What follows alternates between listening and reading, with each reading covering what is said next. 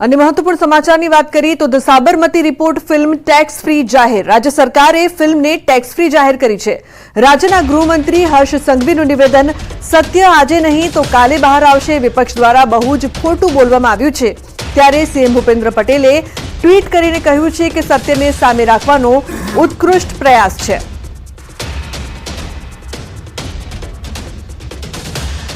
આ સાચી માહિતી, સાચી હકીકતો પહોંચાડવા માટે આ પ્રયાસ એમનો ખૂબ જ સારો છે।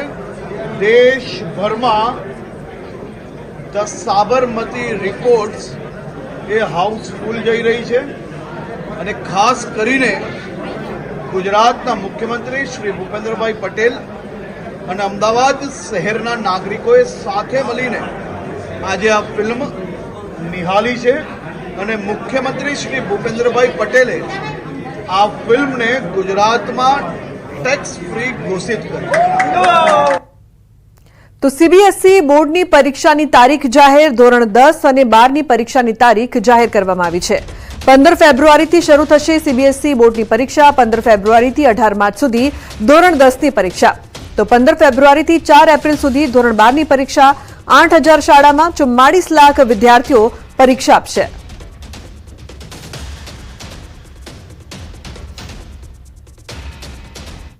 અને મહત્વપૂર્ણ સમાચારની વાત કરીએ તો મહેસાણાના ઊંઝામાં મુખ્યમંત્રી ભૂપેન્દ્ર પટેલની હાજરીમાં સ્નેહ મિલન કાર્યક્રમ યોજાયો। આ કાર્યક્રમમાં મંત્રી ઋષિકેશ પટેલ સહિતના નેતાઓ ઉપસ્થિત રહ્યા હતા। ત્યારે મુખ્યમંત્રી ભૂપેન્દ્ર પટેલે કહ્યું કે તમે જે રાહ જુઓ છો એ બંને રાજ્યમાં ભાજપ આવશે। આ સાથે તેમણે કહ્યું કે આજે આપણા દેશ અને આપણા પાસપોર્ટની વેલ્યુ વધુ છે। પ્રધાનમંત્રી મોદીને 19 દેશોમાં સર્વોચ્ચ સન્માન મળ્યું છે। તમે જેની રાહ જોઈ રહ્યા છો ને એ બે રાજ્યોમાં ભારતીય જનતા પાર્ટી આવવાની છે, ચિંતા ના કરો તમે। માનનીય વડાપ્રધાનશ્રીને સર્વોચ્ચ સન્માન 19 દેશોમાં મળ્યું। 19 દેશોમાં, એમાં યુએસએ આવી જાય, રશિયા આવી જાય, યુએઈ આવી જાય, એટલે 19 દેશોએ માનનીય વડાપ્રધાનશ્રીનું સર્વોચ્ચ સન્માન કર્યું છે। અને જ્યારે આવું નેતૃત્વ આપણી પાસે હોય તો દેશ 10 વર્ષમાં આપણી આર્થિક સત્તા, મહાસત્તા 11મા સ્થાને હતી તો આપણે 5મા સ્થાન ઉપર આવ્યા છે। તો એએમસીની સામાન્ય સભામાં કાઉન્સિલરે હૈયાવરા ઠાલવી। કુબેરનગરના કાઉન્સિલર નિકુલસિંહ તોમરે અધિકારીઓને લીધા આડે હાથ। તેઓએ કહ્યું કે અધિકારીઓ કાઉન્સિલરોનું સાંભળતા નથી। 3 વર્ષથી પાણી અને ગટર મુદ્દે રજૂઆત કરી છે। તોમરે કહ્યું કે જો પાણી સમસ્યા હલ નહીં થાય તો અધિકારીઓને આગામી સમયમાં ઓફિસ नहीं બેસવા દઈએ। पिछले 3 साल से जब से मैं सदन में आया हूँ और मैं जीता हूँ, तब से मैं विस्तार में पानी की समस्या को लेकर रोज बारंबार आप लोगों को शिकायत करता हूँ। बोर्ड में करता हूँ, ऑफिस में जाके करता हूँ, लिखित में करता हूँ, थोड़ा बोली करके करता हूँ, पर फिर भी आप लोगों को कोई फर्क नहीं पड़ता। अधिकारियों को मुझे ऐसा लगता है ये मेरे से क्राइम कराना चाहते हैं कि 5 साल में एक कॉर्पोरेटर के ऊपर तो ऐसा केस हो कि जिसने डेप्यूटी कमिश्नर के ऊपर या किसी के ऊपर हाथ उठाया। इन लोगों ने हद मचा रखी है कि एक महीना पानी और गटर की समस्या देने के बावजूद भी इन लोगों से काम नहीं होता है। તો આણંદ જિલ્લાની તમામ પાલિકાની આગામી દિવસોમાં ચૂંટણી યોજાશે। ત્યારે ચૂંટણીને લઈને વહીવટી તંત્ર દ્વારા તડામાર તૈયારીઓ શરૂ કરી દેવામાં આવી છે। આંકલાવ, ઉમરેઠ, બોરિયાવી, વિદ્યાનગર અને કરમસદ સહિતની પાલિકાની ચૂંટણી યોજાશે, જેને લઈને રાજ્ય ચૂંટણી પંચે જિલ્લા ચૂંટણી અધિકારીઓને વોર્ડ બેઠક અને સીમાંકનની પ્રક્રિયા પર કાર્યવાહી કરવા સૂચિપત્ર મોકલી આપ્યું છે, જે આગામી તમામ 5 પાલિકાની યોજાનાર ચૂંટણીમાં રાજ્ય ચૂંટણી પંચના આદેશ મુજબ લાગુ કરવામાં આવશે। એટલે આંકલાવ નગરપાલિકામાં ચૂંટણી પંચ દ્વારા અનુસૂચિ 2 પ્રસિદ્ધ કરવામાં આવેલ છે અને એ અનુસાર આંકલાવ નગરપાલિકા માટે 6 વોર્ડ અને કુલ 24 બેઠકો નિર્ધારિત કરવામાં આવેલ છે। જે અનુસાર અનુસૂચિત જાતિની 1 બેઠક જે સ્ત્રી અનામત, અનુસૂચિત આદિજાતિની 0 બેઠક, પછાત વર્ગની 6 બેઠકો, એ પૈકી 3 બેઠકો સ્ત્રી અનામત અને કુલ 15 બેઠકો અનામત છે। આપણી જે આગામી નગરપાલિકાની ચૂંટણીઓ આવનાર છે તેમાં વોર્ડનું સીમાંકન તથા અનામત બેઠકોની ફાળવણી જાહેર કરવામાં આવી છે। રાજ્ય ચૂંટણી આયોગ દ્વારા તેનું વિગતો જાહેર કરી અને આપણે દરેકે દરેક કચેરી છે તેના નોટિસ બોર્ડ પર પણ એની જાહેરાત કરવામાં આવી છે. કયા કયા વોર્ડમાં ચૂંટણી, કયા વોર્ડમાં કેટલી જનસંખ્યા છે અને કઈ બેઠકો અનામત છે તે બાબતનો નિર્ણય લેવામાં આવેલો છે હાલ. તો રાજકોટમાં સિવિલ હોસ્પિટલની ઘોર બેદરકારી સામે આવી છે. વોર્ડના રસોડા પાસે રઝળતો જોવા મળ્યો દર્દી. વોર્ડ નંબર 2 માં દાખલ દર્દીના પગમાં ફ્રેક્ચર હતું. નિસહાય હાલતમાં દર્દી જોવા મળ્યો હતો. તો વોર્ડના રસોડામાં દર્દી અહીં જોવા મળી રહ્યો છે, જેને પગમાં ફ્રેક્ચર છે, છતાં હોસ્પિટલની ગંભીર બેદરકારી અહીં જોવા મળી રહી છે. તો સિવિલ હોસ્પિટલની ઘોર બેદરકારીના દ્રશ્યો અત્યારે આપ જોઈ રહ્યા છો. વોર્ડના રસોડા પાસે રઝળતો દર્દી જોવા મળ્યો, જેને કોઈ પણ પ્રકારની સમયસર સારવાર આપવામાં ન આવી. તો અહીં જોઈ શકાય છે કઈ રીતે સિવિલ હોસ્પિટલમાં એકવાર ફરી બેદરકારી સામે આવી રહી છે. રાજકોટના દ્રશ્યો છે. વોર્ડના રસોડા પાસે અહીં રઝળતો દર્દી જોવા મળી રહ્યો છે. અને મહત્વપૂર્ણ સમાચાર દાહોદથી ડોક્ટરની બેદરકારીથી મહિલાના મોતનો આક્ષેપ. ખાનગી હોસ્પિટલમાં ડિલિવરી બાદ મહિલાનું મોત નીપજ્યું. દસલા ગામની મહિલાને ડિલિવરી માટે લવાઈ હતી. ડિલિવરી બાદ મહિલાને બ્લડની જરૂર હોવાનું કહીને પરિવારજનોને બહાર મોકલ્યા. મહિલાને મૃત હાલતમાં સરકારી હોસ્પિટલમાં ખસેડી દીધાનો આક્ષેપ થઈ રહ્યો છે. પરિવારજનોએ દાહોદ એ ડિવિઝન પોલીસ મથકે જાણ કરી છે. સવારમાં અમે દવાખાને લાવ્યા, ઠાકોરને દવાખાને સાહેબ. પછી એ ઓપરેશન કર્યું 5:30 વાગે. પછી સિરિયસ કરીને છોકરાનો જન્મ કર્યો. પછી અમને લોહી લેવા મોકલ્યા. પછી અમે લોહી લેવા ગયા તો એ લોકોએ જબરજસ્તી ગાડીમાં એમ્બ્યુલન્સ બોલાવી અને બેહાડીને અહીંયા સરકારી દવાખાનામાં ખસેડી આપ્યા. પછી અમે અહીંયા આવે તો આથી મૃત્યુ પામેલું આવેલું. એમ ડોક્ટરે એવું કીધું લોહી લાવવું પડશે. તો મારી ભાભીના ભાઈ લોહી લેવા માટે ગયા. તો પછી લોહી અમે લઈને આવીએ એમ કીધા. તો આ ડૉક્ટર ઠાકોર સાહેબ એવું કહે છે ક્યારે તમારું લોહી આવશે, લોહી અમારું આવે અહીંયા રહેવા દો એમ કીધું. છતાં ઠાકોર સાહેબ નહીં માન્યા અને મારી ભાઈની વહુને અમે નહીં હતા તો એને પોતે ખાટલામાં સુવાડી અને બેને સુવાડીને મારી ભાઈની વહુને ગાડીમાં બેસાડી. મારા હાથમાં બાળક હતું. અમે કોઈ પકડનાર નહીં હતા અને મારી ભાભીને એને પોતે ગાડીમાં બેસાડી. ઠાકોર હોસ્પિટલમાં દાખલ કરવામાં આવી. એના પછી ડિલિવરી કરવામાં આવી, ઉપર લેવામાં આવ્યું, એ બધું જ કરી લીધું. પણ છોકરીને બ્લડ ઓછું છે એમ કરીને એમના ઘરના સભ્યોને બહાર બ્લડ લેવા માટે મોકલી દીધા. અને એના પછી આ ડૉક્ટરે એમને લાપરવાહીના કારણે આપણે એ ડૉક્ટરે અહીંયા ઝાયડસ હોસ્પિટલે ખસેડવામાં આવી છે આ છોકરીને. એમના ભૂલના કારણે અમારી છોકરીનું મૃત્યુ થયું છે. તો ખ્યાતિ હોસ્પિટલ કાંડ મુદ્દે રાજ્યસભાના સાંસદ શક્તિસિંહ ગોહિલે પ્રતિક્રિયા આપી છે. શક્તિસિંહ ગોહિલે જણાવ્યું કે 2022માં ખ્યાતિ હોસ્પિટલમાં મૃત્યુ થયું ત્યારે પરવાનગી રદ કરી હોત તો આ બનાવ ના બન્યો હોત. તેઓએ આ મુદ્દો સંસદમાં ઉઠાવવાની પણ માંગ કરી છે. 2022માં આજ ખ્યાતિ હોસ્પિટલે આવી જ મોડેસ્ટ ઓપરેટિવ મારફત કેમ્પ કરીને લાવીને દર્દીઓને તોડ કરતા હતા. એમાં એક દર્દીનું મૃત્યુ થયું. એ જ દિવસે એને પ્રધાનમંત્રી જન આરોગ્ય યોજનામાંથી વંચિત કરવા જોઈએ. પછી પાછા કેમ આવી શકે? એ કર્યું હોત તો આ 2024માં લોકોના મૃત્યુ ન થયા હોત. મેં પાર્લામેન્ટમાં પણ નોટિસ આપી છે. દેશની સંસદમાં પણ આ મુદ્દો ઉઠાવવાનો છું. તો અન્ય મહત્વપૂર્ણ સમાચારની વાત કરીએ. સુરતમાં નકલી હોસ્પિટલ બાદ હવે નકલી મેડિકલ ઇન્સ્ટિટ્યૂટનો પણ પર્દાફાશ થયો છે. પૂણા પાટિયા વિસ્તારમાં આવેલા સીતાડેલ કમર્શિયલ શોપિંગ કોમ્પ્લેક્સની દુકાનની અંદર આખી મેડિકલ ઇન્સ્ટિટ્યૂટ ચાલી રહી હતી. 10x20ની દુકાનની અંદર ક્લાસરૂમ બનાવી દેવાયો હતો અને જીવનદીપ મેડિકલ ઇન્સ્ટિટ્યૂટના નામથી નર્સિંગ સહિતના 5 કોર્સો ચલાવવામાં આવી રહ્યા હતા. તેમાં ભણતા વિદ્યાર્થીઓ પાસે જીવનદીપ મેડિકલ ઇન્સ્ટિટ્યૂટના સંચાલક મસ્ત મોટી ફી પણ વસૂલતા હતા. આ ઇન્સ્ટિટ્યૂટ દુકાનની અંદર છેલ્લા 4 થી 5 વર્ષથી ચાલી રહી છે. કેટલાક વિદ્યાર્થીઓ દ્વારા છેલ્લા 2-3 દિવસથી એવી ફરિયાદો હતી કે અહીં બસ મોટી ફી લઈને ખોટી રીતે મેડિકલ ઇન્સ્ટિટ્યૂટ ચલાવાઈ રહી છે અને પરીક્ષા આપવા બેંગ્લોર મોકલાઈ રહી છે. જેથી તપાસ બાદ આ ઇન્સ્ટિટ્યૂટ ખોટી રીતે ચાલતી હોવાનું સામે આવ્યું. જીવનદીપ મેડિકલ ઇન્સ્ટિટ્યૂટ નામનું કોઈ પણ ઇન્સ્ટિટ્યૂટ નર્સિંગ કાઉન્સિલમાં નોંધાયેલ નથી, જેથી ગુજરાતમાં આવી મેડિકલ ઇન્સ્ટિટ્યૂટ સામે કડક કાર્યવાહી કરવામાં આવે તેવી માંગ કરવામાં આવી છે. જીવનદીપ મેડિકલ ઇન્સ્ટિટ્યૂટ નામની કોઈ સંસ્થા સુરતના પૂના પાટિયા ખાતે શોપિંગ સેન્ટરમાં કાર્યરત છે. આ ગુજરાત નર્સિંગ કાઉન્સિલનું પ્રમાણિત ઇન્સ્ટિટ્યૂટ નથી, આ બોગસ ઇન્સ્ટિટ્યૂટ છે, જેમાં જીએનએમ અને બીએસસીની પરવાનગી આપવામાં આવી. આ ઉપરાંત બીજા પણ કોર્સ છે, ડીએમએલટી ને બધા.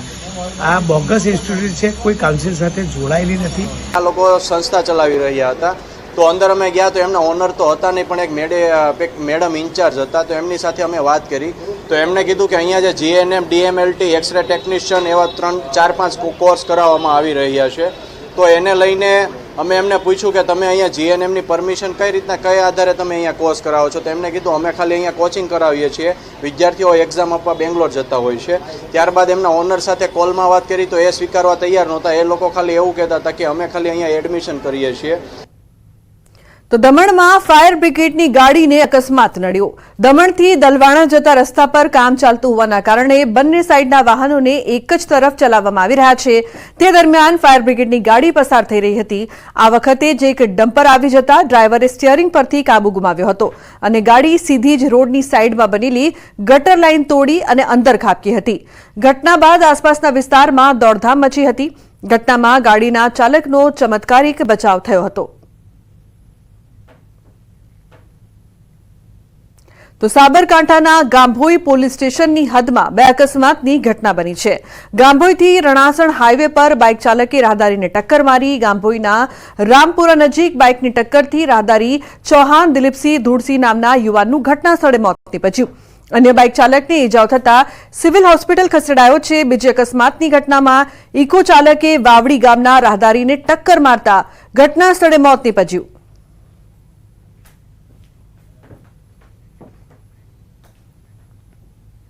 તો બુલેટિનમાં હાલ રોકાઈશું એક બ્રેક માટે. આપ જોતા રહો ન્યૂઝ 18 ગુજરાતી.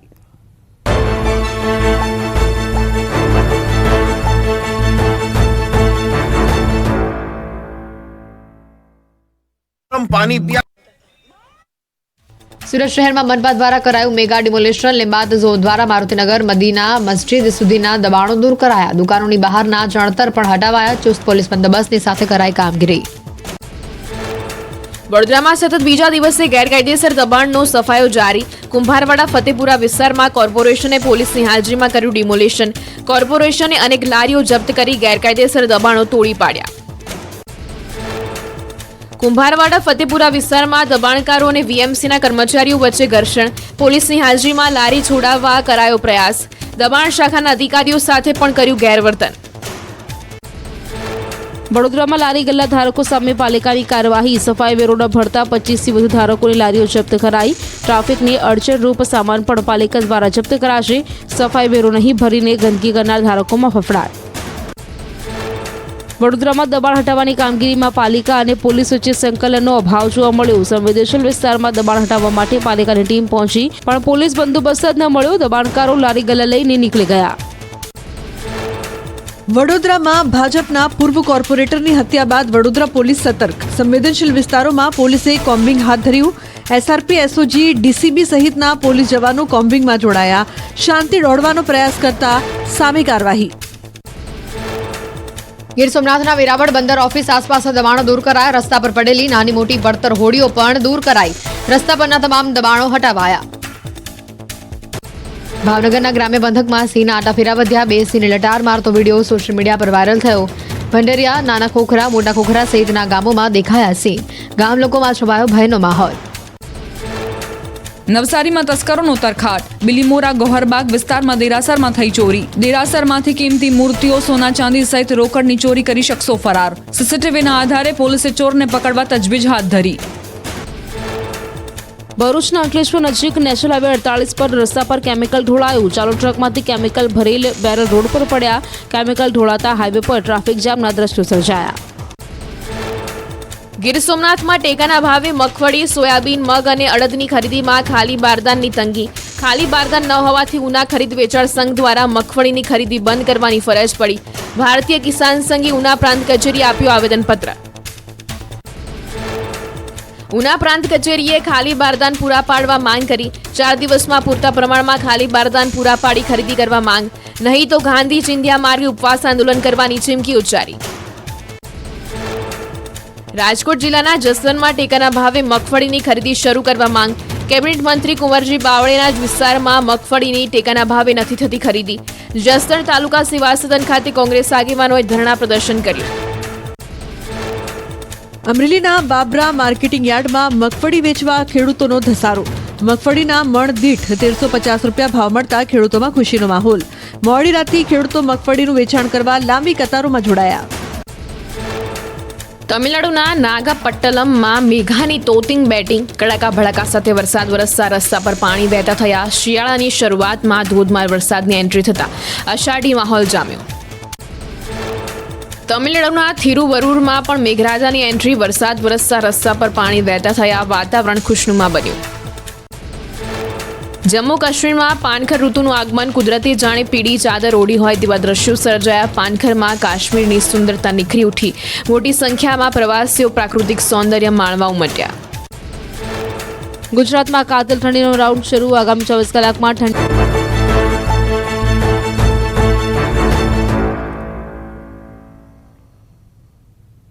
Welcome back. સમાચારમાં આગળ વાત સુરતની. સુરત જિલ્લામાં ખૂંખાર દીપડાનો કહેર જોવા મળી રહ્યો છે. બારડોલીના મઢી ગામે દીપડો દેખાયો. મઢી વાસ્કુઈ રોડ પર દીપડો દેખાયો હતો. રાત્રિ સમય દરમિયાન વોલ ઉપર લટાર મારતા દીપડાનો વિડીયો વાયરલ થયો છે. રસ્તા ઉપરથી પસાર થતા વાહન ચાલકે દીપડાનો વિડીયો કેમેરામાં કેદ કર્યો છે. દીપડો દેખાતા ગ્રામજનોમાં ફફડાટ. સમગ્ર ઘટનાની જાણ વન વિભાગને કરવામાં આવી. તો દીપડાનો વિડીયો હાલ વાયરલ થઈ રહ્યો છે. બારડોલી પંથકમાં ખૂંખાર દીપડાના આંટાફેરા જોવા મળતા લોકોમાં ભયનો માહોલ જોવા મળી રહ્યો છે.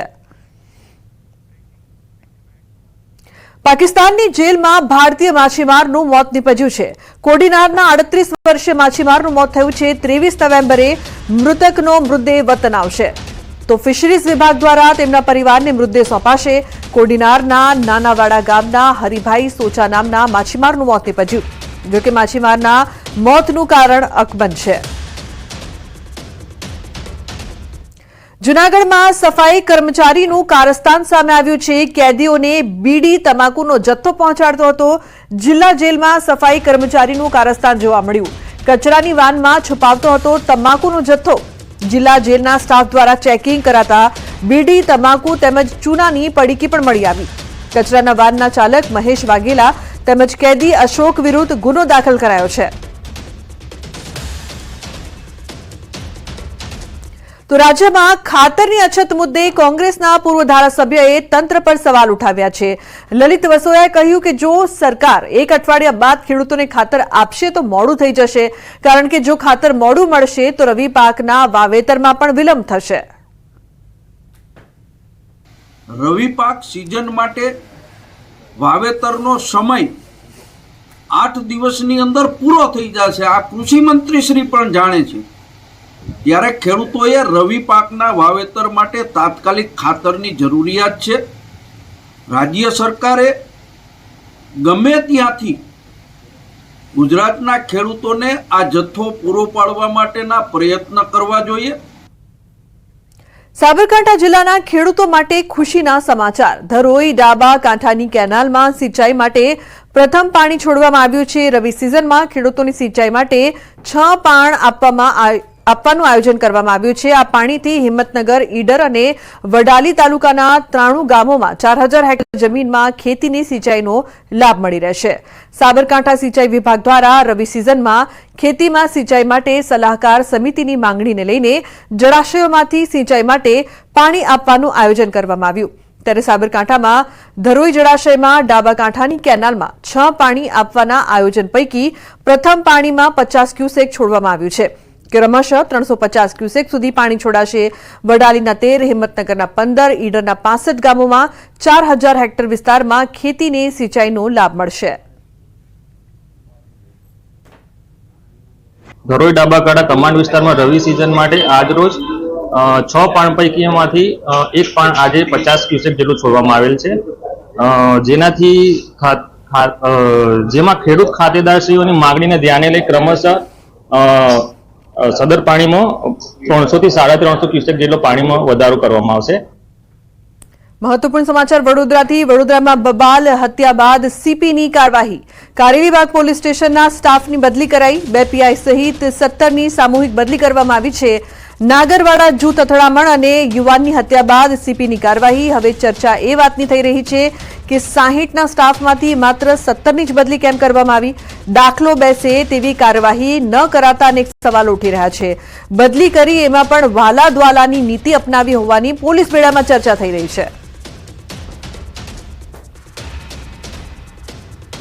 તો વડોદરામાં ભાજપ નેતાના પુત્રની હત્યાના મામલે હત્યારા બાબરને સાથે રાખીને રીકન્સ્ટ્રક્શન કરાયું છે. એસએસજી હોસ્પિટલમાં ઘટનાનું રીકન્સ્ટ્રક્શન કરવામાં આવ્યું છે.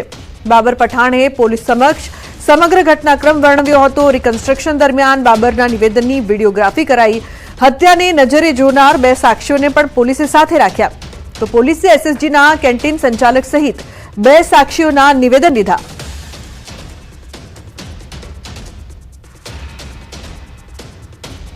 કેન્દ્રની આરોગ્ય વિભાગની ટીમ વડોદરા જિલ્લામાં 3 દિવસ રોકાશે. જિલ્લાના પીએચસી આયુષ્માન યોજનાની વિગતો મેળવશે. કેન્દ્રની ટીમ જુદા જુદા રાજ્યોના 2 જિલ્લાનો સર્વે પણ કરે છે. આ વખતે કચ્છ અને વડોદરા જિલ્લાની પસંદગી કરાઈ છે. તો 9 અધિકારીઓની ટીમ જિલ્લાઓની મુલાકાતે, જેમાં રાજ્યના 3 અધિકારીઓ સામેલ. આજે અથવા કાલે વડોદરા પાલિકાની આરોગ્ય સેવાઓ અને સિવિલ હોસ્પિટલની લેશે મુલાકાત. તો અંબાજીમાં પૂર્વ રાજ્ય ગૃહમંત્રી વિપુલ ચૌધરીના અધ્યક્ષસ્થાને ચૌધરી સમાજનું સ્નેહ મિલન યોજાયું. સ્નેહ મિલન કાર્યક્રમમાં સામાજિક, શૈક્ષણિક અને રાજકીય ઠરાવો પસાર થયા. આપણે કહેવત શું હોય છે, લાડવાની કિંમત હોય, ભૂકાની કિંમત ના હોય. એવી રીતે લાડવો મહત્વનો હોય છે અને ચૌધરી સમાજ વર્ષોથી લાડવો ખાવા ટેવાયેલો સમાજ છે. વ્યક્તિઓ કરતાં વ્યવસ્થાઓ મહત્વની હોય છે. અમે સામાજિક અને શૈક્ષણિક રીતે પછાત વર્ગમાં ચોક્કસ હોઈ શકીએ, પરંતુ રાજકીય રીતે જાગૃત થવાના પ્રયત્નો અમારે બધાએ સંગઠિત રીતે કરવાના છે.